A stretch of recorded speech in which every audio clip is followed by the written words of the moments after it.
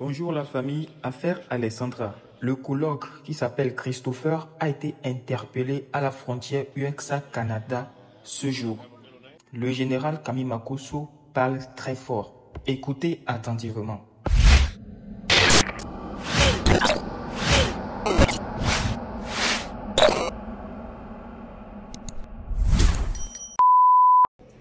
Shalom à tous. On vient à peine de se réveiller très lourd. Hier, je devais faire une direct aux environs de minuit.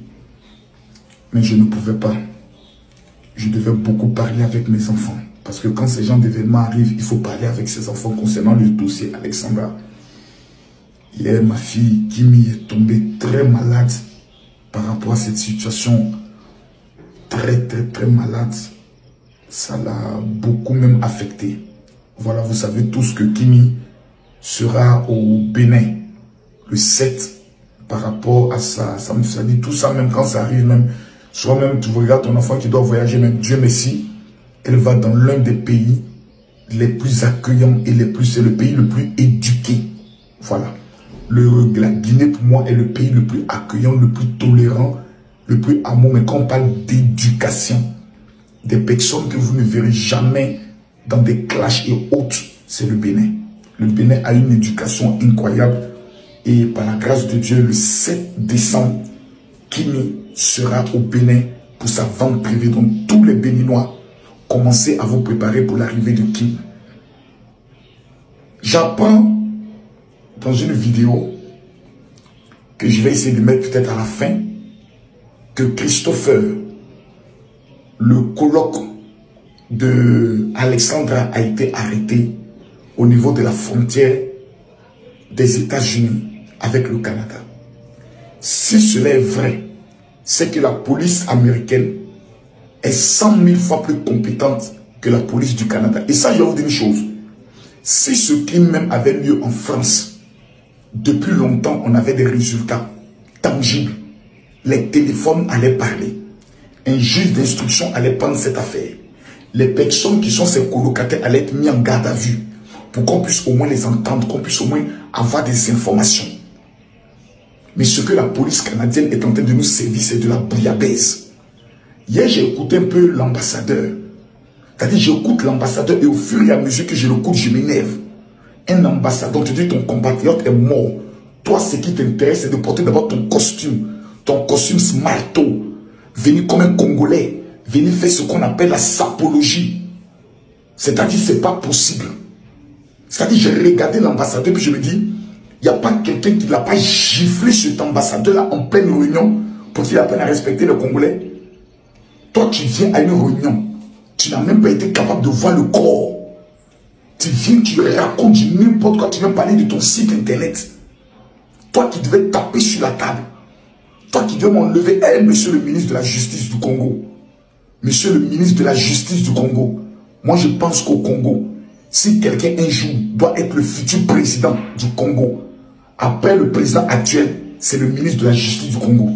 Je pense que ce homme a l'esprit de Patrice Lumumba. Parce que ces gens de bêtises, tu ne pourras jamais voir ça sur son mandat. Ce gars est capable de se déplacer même pour aller au Canada pour aller faire la bagarre. On doit la thune congolaise. Toi, tu viens, c'est vouloir calmer les esprits. Non, c'est un homme qui doit être le premier en colère. Monsieur l'ambassadeur, on doit vous démettre de votre fonction pour haute trahison. On parle d'une rencontre, c'est ton costume smalto. Jusqu'à tu as la cravate sur toi à cause des images, à cause des télés. Imbécile, un foiré que tu sois. C'est moi qui t'ai dit ça. Maintenant, on va revenir sur le dossier Alexandra. Et Congolais, je vais vous donner un conseil. Vous savez, ce n'est pas le moment de faire les clashs. Vous savez l'amour que moi j'ai pour le Congo. Nous, là, on n'est pas obligé de faire vidéo. On a nos dossiers, on a nos problèmes. Hier même, je devais poster la vidéo d'une fille. Les gens sont mis, en général, ce n'est pas le moment. Regardez comment toute l'Afrique est mobilisée. Quand vous avez des informations à donner, on vous demande pardon. Donnez-le en français. Pardonnez. Pas, on ne vous l'exige pas. Mais si vous êtes en train de parler seulement en congolais, en lingala, le nom d'Alexandra, il ne fallait pas prendre tout le monde entier. Et la fille, selon les informations, dit son papa est camerounais. Ça, c'est l'information que j'ai reçue. Est-ce que c'est vrai ou c'est faux? Dites-moi ça dans les commentaires. On dit son père est camerounais. Donc les Camerounais, vous qui êtes au niveau du Canada, c'est votre fille qui a été assassinée. L'Afrique, c'est votre fille qui a été assassinée. La marche blanche aura lieu quand? Qui est au devant des choses? Qui est en charge de la mobilisation? J'ai vu un monsieur qui était très nerveux hier. Voici un monsieur qui peut confier les choses. Parce qu'il y a une là qui fait les vidéos, mais il y a l'impression qu'elle, tout ce qui l'intéresse, c'est de se faire des abonnés, c'est de se faire une communauté. On n'est pas là pour aller chercher une visibilité, une communauté. Dans une histoire de mort, tout le monde se mobilise.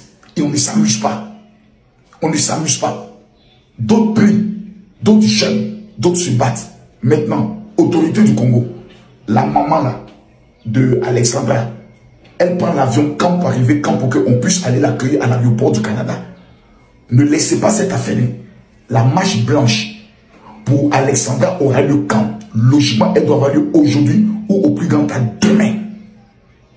Ensuite, justice pour Alexandra doit avoir lieu devant le commissariat de Trois-Rivières. Ces policiers incompétents, barbus, gros et bêtes qui n'ont pas été capables dès les premiers heures de se mobiliser. Voici maintenant, on repêche un corps. Et je vois des gens qui sont toujours assis. Non, nous on attend d'abord l'identification du corps avant de confirmer. Une jeune fille d'origine africaine, d'âge de 21 ans, portée disparue. On retrouve un corps d'une jeune fille d'origine africaine. On n'est qu'à penser à qui? Ça peut être qui? Sortez dans les émotions. Ce dont on parle, c'est une affaire sérieuse. Et j'aimerais demander à tous les parents qui ont leurs enfants au Canada, commencez à parler avec vos enfants et exiger de mettre une caméra de surveillance dans leur résidence. Je le dis, mettez une caméra de surveillance dans leur résidence. Moi, je suis en train d'installer pour mes filles là-bas. Au moins au salon. Là, je vois quand elles sortent, je vois quand elles entrent. Ce n'est pas pour dire on viole l'espace de nos enfants. C'est pour protéger nos enfants. Dans la chambre, là, on ne voit pas. Mais quand quelqu'un rentre chez toi, on sait avec qui tu marches. On sait avec qui tu parles. Le jour où on voit que la caméra ne passe pas là, je t'appelle là, je te coupe les vivres. Parce que le monde fait peur. Le monde dans lequel nous sommes fait peur. Cette fille-là, elle a été sacrifiée. Parce que ces Canadiens et autres, ils sont dans des pratiques aussi très bizarres. L'enquête doit aller très loin. Et puis sa camarade qu'on appelle Océane, je ne sais pas quoi là. La photo de la blonde que vous mettez sur les réseaux, vous êtes sûr que c'est vraiment elle. Parce que c'est pas vous allez lui mettre une photo et demain, il y a une Congolaise qui nous a fait quoi? Qu'elle était allée avec Alexandra, on dit c'est sa tante ou quoi là. Et sa fille a fait des photos avec le copain d'Alexandra, le blanc et autres, le colocataire et autres là. Et nous on veut la photo. Sinon c'est toi-même, on va commencer à te traquer. Cette tante sorcière dont la fille est allée faire photo, mais on n'a pas les photos là. On est très nerveux dans cette affaire et on ne se laissera pas faire. Je demande à tout le monde de liker et de partager immensement ce live. Ce soir à partir de 21h GMT, 22h heure du Congo et 23h heure de Paris, nous serons en live. J'ai beaucoup de choses à dire. À bon entendeur, salut. So Christopher. Okay. Christopher Johnson, not Chris. And Johnson, spell Johnson. J-O-H-N. What's your middle name? I don't have one. You don't have a middle name? No, sir. Just told him. Okay. What's your date of birth? June 8th. You know we're going to find out your name. Right? June 8th? You told me the 12th. Who? You told me the 12th. You said June 8th. The 12th is the 8th. Sir. 94? Yes, sir. No middle name. Try Christopher for the first name. Date of birth June 8th, 94.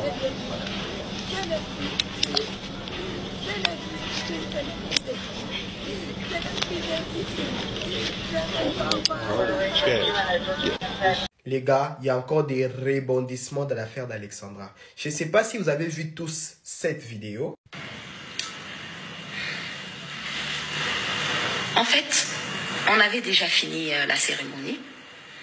Bon, vu que c'était moi qui filmais, bon, c'était pas que moi qui filmais, mais les vidéos que vous avez vues sur TikTok, c'est moi qui les filmais. Alors, on devait partir. Le gars avait déjà, vous voyez ces gars-là qui ferment la tombe. Il avait déjà les triplex auxquels il ferme la tombe avec. Bref, la maman d'Alexandra explique ce qui s'est passé à l'enterrement de sa meilleure amie Tracy. Alors, elle raconte que tout s'était bien déroulé pendant le deuil et les funérailles de sa meilleure copine, de sa meilleure amie qui s'appelait Tracy.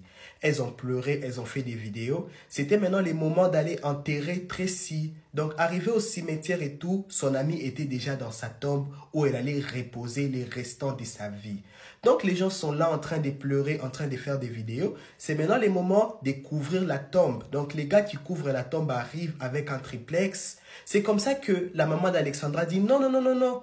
Attendez s'il vous plaît, je vais faire une dernière vidéo et tout parce que je n'aurai plus l'occasion de voir ma meilleure amie, elle va tellement me manquer. C'est comme ça qu'elle s'approche de la tombe où elle est en train de faire une dernière vidéo et la broche, donc sa broche en Chanel qui était accrochée sur son habit, va quitter son habit pour tomber dans la tombe de son ami.